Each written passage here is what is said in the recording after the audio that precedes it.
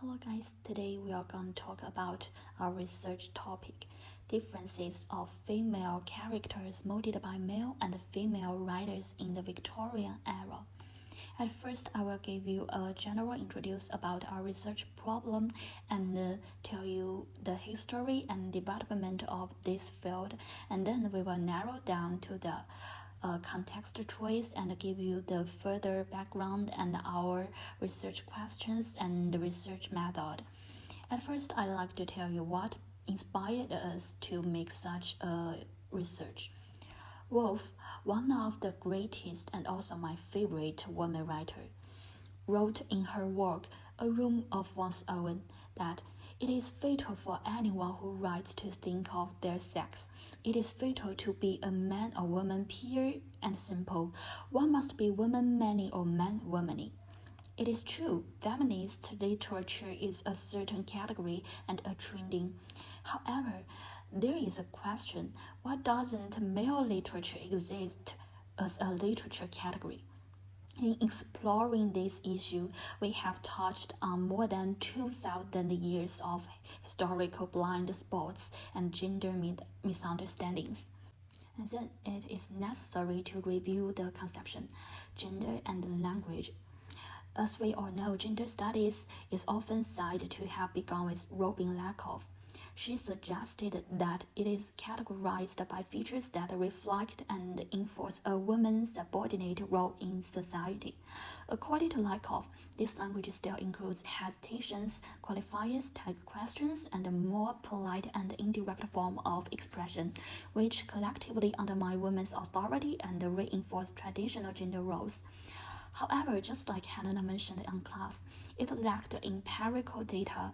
There wasn't enough data to make a scientific claim about women's language. But don't worry, the models of this conception has developed a lot. The first one is the difference and deficit model. In 1970s, women's language deviated from the presumed default or men's language practices. And the next is dual culture and dominance models from 1980s to 1990s. Dual culture is an approach of equality, differentiating men and women as belonging to different subcultures as they have been socialized to do so since childhood. And dominance is an approach whereby women are seen as a subordinate group whose difference in style of speech results from male supremacy and also possibly an effect of patriarchy.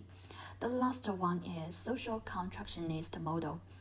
Instead of speech falling into a nature-gendered category, the dynamic nature and multiple factors of an interaction help a society to make an appropriate gender construction. After sharing you some general information about gender and language, next I will narrow down to our context choice. We choose Great Expectation wrote by Dickens and Jane Eyre wrote by Charlotte. Dickens and Charlotte are representatives of Victorian writers. They represent male and female respectively. Dickens specialized in exploring human nature and Charlotte represents the awakening of female consciousness.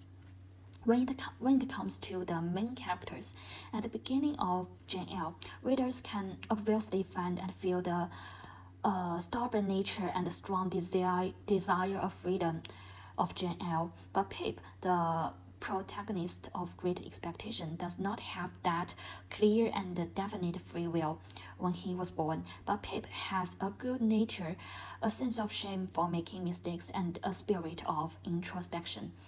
The protagonists, both of them, have all been tasted by their fates and tempted by the interests.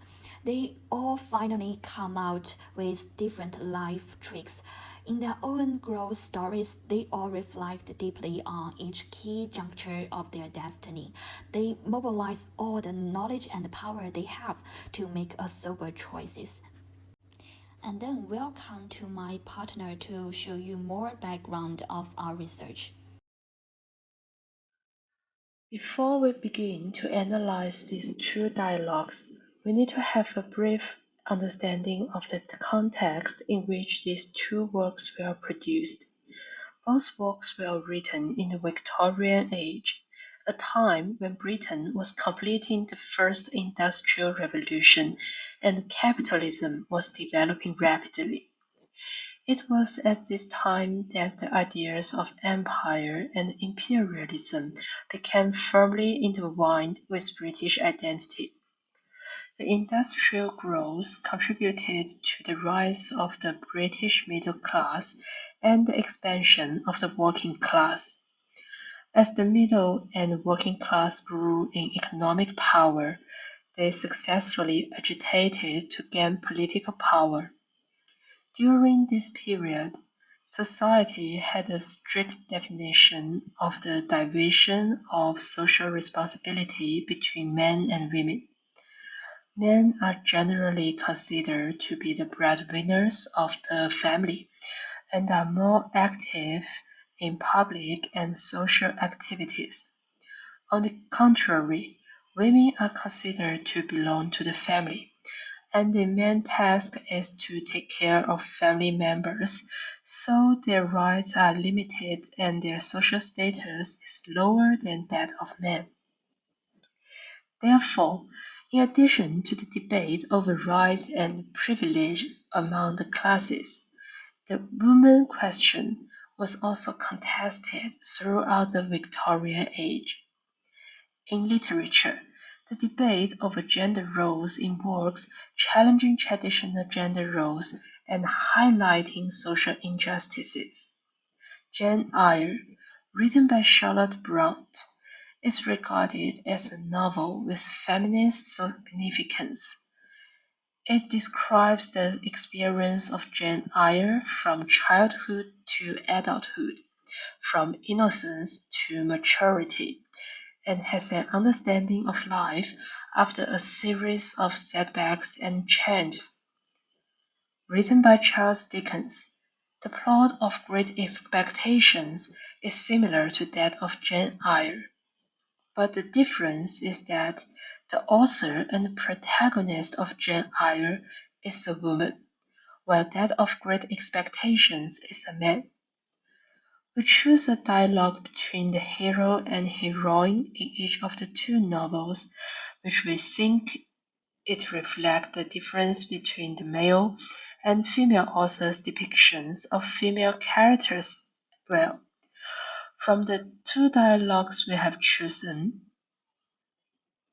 we want to answer three questions through analysis. First, in these two dialogue texts, do they reflect the differences between male and female authors in shaping women's characteristics? Second, if there is a difference, how do male and female authors show differences in their depictions of women? Third, what do these differences indicate about the views of male and female authors? Our aim of this study is to find out the characteristics of female characters written by male and female writers and the discourse power of male and female characters in the works of male and female writers. Next, another member of our group will explain the research method we have chosen. The research method we are using is critical discourse analysis. Critical discourse analysis is a method used in academic literature to understand how research publications are shaped by social structures and norms. It involves debating two main perspectives, focus and happiness, both aiming to uncover power dynamics and promote marginalized voices. While these approaches differed, they shared a commitment to critical and interpretive research paradigms, acknowledging the subjective nature of analysis. To address this subjectivity, critical discourse analysis encouraged critical reflections on the researcher's bias and incorporates reflexivity into the review process. The framework we are using is Norman Fairclough framework. Norman Fairclough is a critical discourse analysis scholar. He is the only person who elaborates the line between power, language, and ideology in his research in 1989. Fairclough has presented a model in 1989 and revised it in 1995. His model is considered a hub around which the world of critical discourse analysis revolves. He was the first to design a theoretical framework for critical discourse analysis and gave guidelines for text interpretation. Fairclough's model consists of three-step process of analysis, which is tied to three interrelated dimensions of discourse, which are given below. The first one is textual or textual analysis. It is a description about text. And the second one is analysis of discourse practice. It is interpretation of the process of generating, distributing, and using discourse, including intertextuality and interdiscursivity. The third one is analysis of sociocultural practice. It is explanation of social process hidden in the discourse. The discourse aspects of a social order is what we can call an order of discourse. It is the way in which diverse genres and discourses and styles and are networked together. An order of discourse is a social structuring of semiotic difference, a particular social ordering of relationships amongst different ways of making meaning, like different discourse and different style. One aspect of this ordering is dominance. Some ways of making meaning are dominate or mainstreamed in a particular order of discourse. Others are marginal or oppositional or alternative. All of these dimensions need a separate kind of analysis.